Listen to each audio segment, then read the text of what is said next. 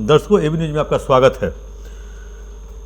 पटना का चर्चित हॉस्टल कांड कहें जो पिछले 6 जनवरी से ये चर्चा में विषय बना हुआ। 6 से नहीं, 6 में तो नॉर्मल कांड हुआ था। एक बच्ची बेहोशी हालत में मिली थी। 6 तारीख को अस्पताल में भर्ती की गई। 7, 8, 9, 10, 11 तक उसका इलाज चला। 11 को उसकी मौत होती है।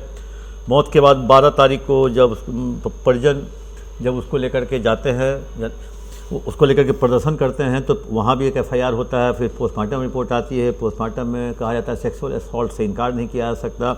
उसके बाद बवाल होता है। उसके बाद राजनीति रंग लेती है और उसके बाद बड़े बड़े नेता, रसूखदार नेता उस मामले को लेकर के कहें जो अपनी कहें आंदोलन तेज करते हैं। खासकर जहानाबाद में आंदोलन होता है। फिर कहें जो PK जाते हैं, प्रशांत किशोर जाते हैं, पप्पू यादव लीड लेते हैं। फिर सत्ता पक्ष के महाचंद्र प्रसाद सिंह, अरुण कुमार के बेटे ऋतुराज, जहानाबाद के विधायक राहुल कुमार, उनके पिता जगदीश शर्मा, सभी एक तरह से कहें जो अपना मोर्चा खोल देते हैं सरकार के खिलाफ। और बात बिगड़ते देख सरकार 16 जनवरी को SIT का गठन करती है और 17 जनवरी से SIT काम करती है।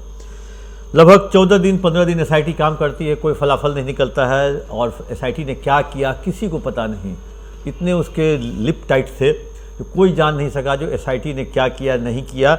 आखिरकार SIT के जांच पे क्वेश्चन मार्क जब लगने लगा, पुलिस पर से जब लोगों का विश्वास, खासकर परिवार, पीड़िता के परिवार का विश्वास उठने लगा, तब पुलिस ने यह मामला CBI को सुपुर्द कर दिया, अनुशंसा कर दिया। क्योंकि पुलिस को लगा जो जब पुलिस पर विश्वास ही नहीं है तो फिर कितना भी जांच करेंगे, दूध का दूध, पानी का पानी कर देंगे। लेकिन तब पर भी जब विश्वास नहीं जमेगा तो इस पर अनुसंधान करना बेमानी है। CBI अपने अंदाज में आई और SIT लगभग अपने 14 दिन के पूछताछ के दौरान 8 से 9 बार जहानाबाद गई। CBI भी 12 फरवरी से लेकर आज लगभग 24 फरवरी है। 24 फरवरी तक में 4 बार जहानाबाद जा चुकी है और 3 बार हॉस्टल का भ्रमण कर चुकी है। कहें जहानाबाद से, मैंने कल भी कहा था, जहानाबाद में कुछ छुपा है जो ये लोग ढूंढ नहीं पा रहे थे SIT और CBI। कुछ इनके आँख से निकल जा रहा है, आँख के सामने से, जो इनको मिल नहीं पा रहा है। छात्रा के भाई का टेलीफोन लेने में CBI को काफ़ी कहें जो उंगली टेढ़ी करनी पड़ी। उसके मामा का मोबाइल 2-3 दिन तक फिर CBI को नहीं मिला। फिर आखिरकार मिला कि नहीं मिला ये भी जानकारी अभी तक 2 दिन तक तो नहीं मिला था। CBI की टीम ने जो सस्पेंड लोग थे, जो बिहार पुलिस के सस्पेंड, जिसको इस केस में कहें उदासीनता के कारण सस्पेंड किया गया, कदम कुआं के SI हेमंत झा, एक कदम कुआं ये रीना, ये सस्पेंड नहीं थी, ये चित्रगुप्त नगर की SI थी, ये वहाँ OD में थी, इससे पूछताछ हुई। और चित्रगुप्त नगर की SHO रोशनी कुमारी, काफ़ी केस में उन्होंने रोशनी भी दी और रोशनी कुमारी को सस्पेंड किया गया, लेकिन अभी तक CBI ने उनसे पूछताछ नहीं की। आज CBI की टीम पूरी SIT को बुला लिया अपने दफ्तर में पूछताछ के लिए, जानकारी लेने के लिए। और भी CBI ने कहा जो SIT की जो लीड करने वाली डॉक्टर अन्नूज SDPO सचिवालय 1, उसके नेतृत्व में सभी लोग पहुँचे।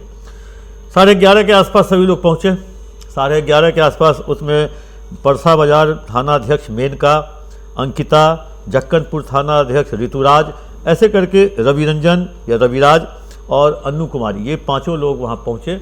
आज SDPO से पूछताछ नहीं हुई या उससे जानकारी नहीं ली गई, क्योंकि SIT की लीड करने वाली थी अन्नू, इसलिए आज हो सकता है उनकी बारी कभी और दूसरे दिन आए। इन चारों से बारी बारी से पूछताछ हुई, जानकारी ली गई, पूछताछ किया, जानकारी ली गई जो आप लोगों ने किन किन मुद्दों पर तहकीकात की, क्योंकि हर व्यक्ति को अलग अलग जिम्मा दिया गया था। कोई CDR कलेक्शन कर रहा था, कोई डंप डाटा निकाल रहा था, कोई टावर लोकेशन ले रहा था, कोई मेडिको को ग्राउंड पे काम कर रहा था मेडिकल का, क्योंकि तीनों नर्सिंग होम का जो प्रिस्क्रिप्शन है, जो डिस्चार्ज समरी है, वो भी था। 127 पेज का प्रभात मेमोरियल का था, मेदांता का भी लगभग 15-20 पेज का था डिस्चार्ज समरी। सहज नर्सिंग होम डॉक्टर सजानंद वाला का तो 1 ही पेज का था। वहीं पे इंट्री और उसी पेज पे रेफर था 6 तारीख के डेट का। तो वैसी स्थिति में आज चारों SIT के लोगों से लगभग 2-2.5 घंटे तक जानकारी ली गई या पूछताछ की गई। लेकिन अब लगता है कि CBI भी कल हॉस्टल गई थी, हॉस्टल में फिर से तहकीकात की हर एक तल्ले की जानकारी जाके घूम घूम कर लिया गया। छात्रा जिस कमरे में रहती थी उसको फिर खुलवाया गया। वैसे उसका सामान तो CID और CBI पहले ले जा चुकी थी। फिर वार्डन और संचालिका से भी पूछताछ फिर से हुई। वार्डन संचालिका को बाहर से बुलवाया गया, उन लोग को फिर अंदर में ले जाया गया, फिर अंदर से बाहर लाया गया। एक तरह से CBI रीसीन क्रिएट करने का प्रयास कर रही है। जो आखिर छात्रा 5 को कितने बजे आती है, कैसे कमरे में घुसती है, दिन भर नहीं निकलती है, रात में एक बार निकलती है वाटर बॉटल में पानी लेने के लिए, और शायद वही पानी का उपयोग वो दवा खाने में की। तो उसके बाद फिर यही पूछताछ रीसीन क्रिएट इसलिए करना चाह रही है, जो आप जब वो छात्रा जब खाना खाने नहीं आई, खाना नहीं मांगी, तो आप लोगों ने क्यों नहीं पूछा, क्यों नहीं खाना लेके उसके दरवाजे तक गई। बहुत सारे केस CBI के हैं, क्योंकि CBI अपने तरीके से पूछताछ करती है। लेकिन CBI जिस तरीके से पूछताछ कर रही है, हमको भी लगता है जो CBI अभी भी क्लियर नहीं है। CBI अभी भी क्लियर नहीं है जो मौत का कारण क्या है और क्या उसके साथ ज़बरदस्ती हुई कि नहीं हुई। क्योंकि SIT अंतिम समय तक कहते रह गई जो उस छात्रा के साथ ज़बरदस्ती नहीं की गई, उस छात्रा के साथ ज़बरदस्ती नहीं की गई। और कहीं न कहीं वो जो शुक्राणु और पूरे जो था घटनाक्रम वो प्लांटेड था। आज भी SIT के लोगों से बातचीत होती है। अब तो उनके पास ये केस रहा नहीं। अब तो जो अच्छा करेगी तो CBI के जिम्मे जाएगा, खराब अगर होगा तो CBI के जिम्मे जाएगा। अब SIT को न नाम और न बदनाम का भी ख्याल है, क्योंकि SIT नाम तो नहीं हुआ, बदनामी जरूर हो गई बिहार पुलिस की, और बदनामी हो गई। उसके बाद अब भी SIT के लोग यही कह रहे हैं जो उन लोगों का अनुसंधान सही रास्ते पे था। एक यही हो गया जो SIT के द्वारा किए गए जांच को पब्लिक डोमेन में अगर परतों में लाया जाता, किस्तों में लाया जाता, तो शायद जो उतना आक्रोश था जो पीड़ित परिवार का, उनसे जो जुड़े हुए लोग थे, या जो जनता का, जो आम पब्लिक जिस तरह से इस चीज़ों को हमारे आपके घर में भी पूछा जाता है, हमारे अपनों से भी, परिजन से भी, अपने बाल बच्चों से, जो पापा उस लड़की के साथ क्या हुआ था, सच में हुआ था कि नहीं हुआ था। अब मैं पत्रकार और होने के नाते क्या जवाब दूं अपने घर के लोगों को, क्योंकि घर के लोग भी यही पूछते हैं। हर घर में अब यही चर्चा है। हमारी जानकारी में है जो ये SIT के लोग, जो 7 लोग की टीम थी, इनके घर में भी इनके बच्चे रोज़ रात में इनसे पूछते हैं थे, और अभी भी पूछते हैं कि उस केस का क्या हुआ।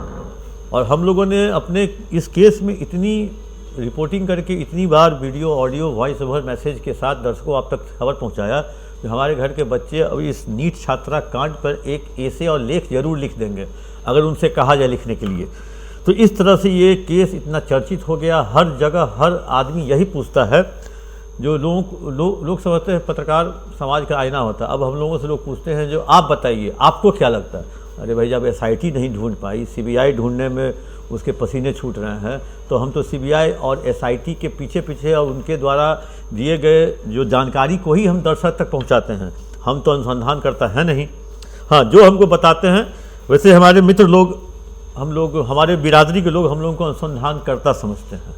अगर आप लीक से हट के कुछ पढ़िएगा, बोलिएगा, तो आपको इस समाज का फलना फलना फलना समझते हैं। तो उसके बाद उसे इस चीज़ का फ़र्क हमको नहीं है। इस मामले में बहुत सारे लोगों को ख़रीदने का प्रयास हुआ, किसी को धमकी मिली, गॉड नोज मिली कि नहीं मिली, किसको ख़रीदने का प्रयास किया गया, नहीं किया गया। मुझे ना खरीदने का प्रयास किया गया, ना मुझे धमकी मिली। हाँ, गालियाँ ज़रूर मैसेज में, जो कमेंट बॉक्स में गालियाँ ज़रूर मिलती है सुनने को, देखने को, और कभी कभी किसी गाली पर मैं रिएक्ट भी करता हूँ। लेकिन मैं रिएक्ट नहीं करना चाहता हूँ, क्योंकि समाज में सभी तरह के लोग हैं, और जब रिएक्ट कीजिएगा तो आपकी अपनी कमजोरी बाहर आएगी।